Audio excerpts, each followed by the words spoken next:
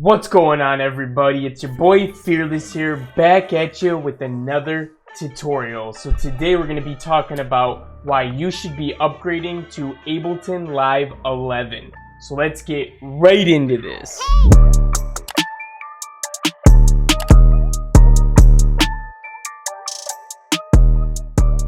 Alright guys, so we're absolutely going to be talking about a couple reasons why you should upgrade to Ableton Live 11. But at the end, we're also going to talk about a couple reasons why you definitely shouldn't be upgrading to Ableton Live 11. So stay tuned, because you're going to want to hear all of this goodness. Okay, so the first reason that you should upgrade to Live 11 is because it uses less CPU overall than Live 10 does.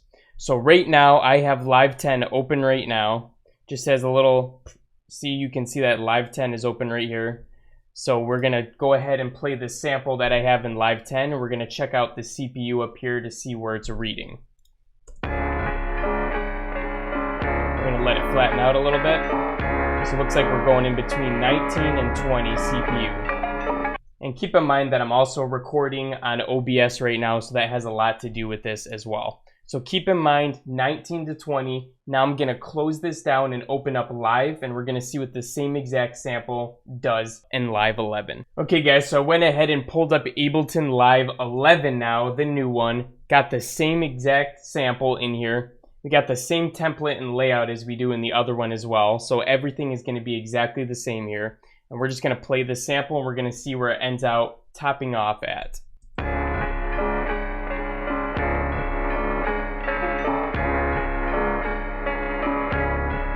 Okay, so you see this is going between 17 and 18. So it seems to be using about 2% less CPU overall, which is not that much of a deal breaker, but definitely worth noting.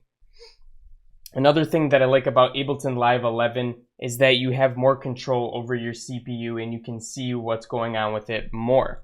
So what Ableton Live 10 does is it shows you the average CPU that it's using over time. So that's what we were just using just now, but you can also look at the current. So you can see what it is at that moment instead of it just averaging out what it would be over time. So I switched it over to current now, and now let's take a look at it just so you can see it's a little bit different.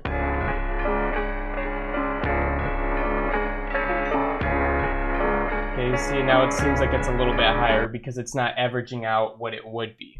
So what I'm going to do now is switch over to another project, and I'm going to show you some other really cool things that you can do with the CPU levels. Okay, so a really cool thing about Ableton Live 11 is you have this little extra tab down here that we didn't have before. And when you click on it, it's going to show you little lines below each of these different tracks. It's going to show you what each track is using CPU-wise. So let's go ahead and play this, and we can start looking at some of the different tracks, and then we can see how much CPU each one is using. These bars are going to light up for us and show us. So you can see this kick's using quite a bit. It was up at 2. Now it's not playing.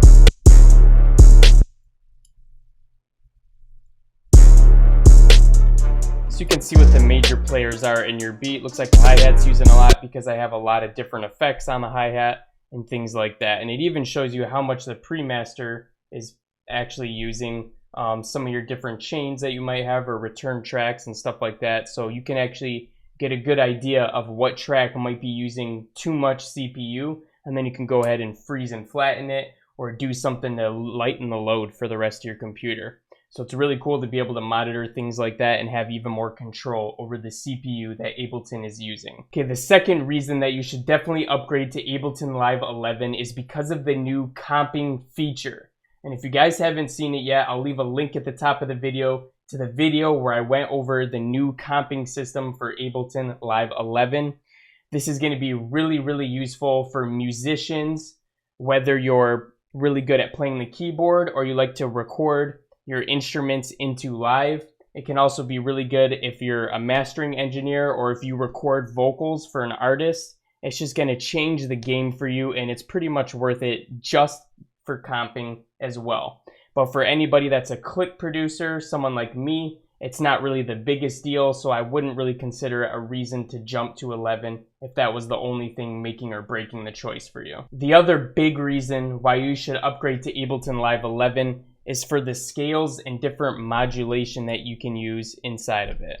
So as you can see here, the scales light up for you automatically. All you have to do is click the scales right here, and then you can pick exactly what note it's in and what scale it's in, and you're good to go. It's gonna highlight all the notes for you and make it super easy so you don't even have to think about it.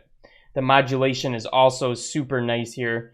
As you can see, you can add different tracks on top of each other. If you click on these different things, you have a chance, a velocity, and you can stack up all these different things that you might be modulating right on top of one another instead of having to switch between them automatically. So this menu just really changed the game for everything and makes it that much better. So modulation is a breeze, especially when you want to put those crazy glides and spins on your 808s and things like that. Ableton makes it super, super easy. Okay, let's talk about a few reasons why you should not update to Ableton Live 11.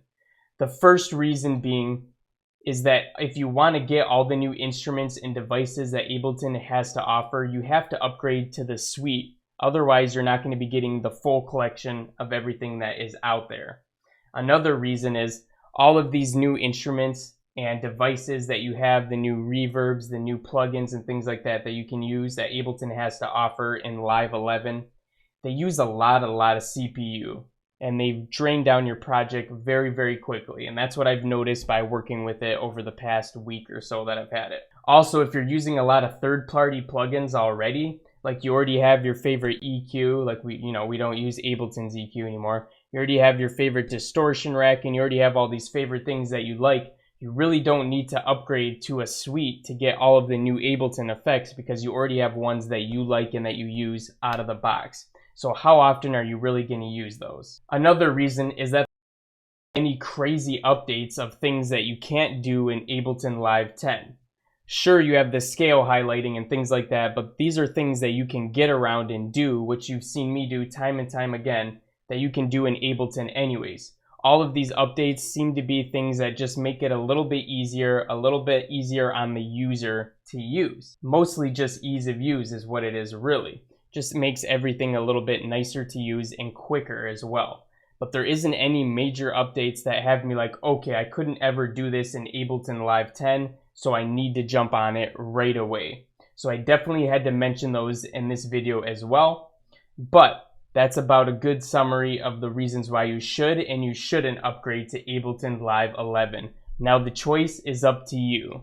Alright guys, so that's gonna wrap up this video. Thank you so much for watching all the way to the end. If you like this one, make sure to smash that like button for me and subscribe to the channel if you're new here because we're uploading daily videos that you're not gonna want to miss out on. And besides that, I'll be catching you guys again in the next one. Peace out.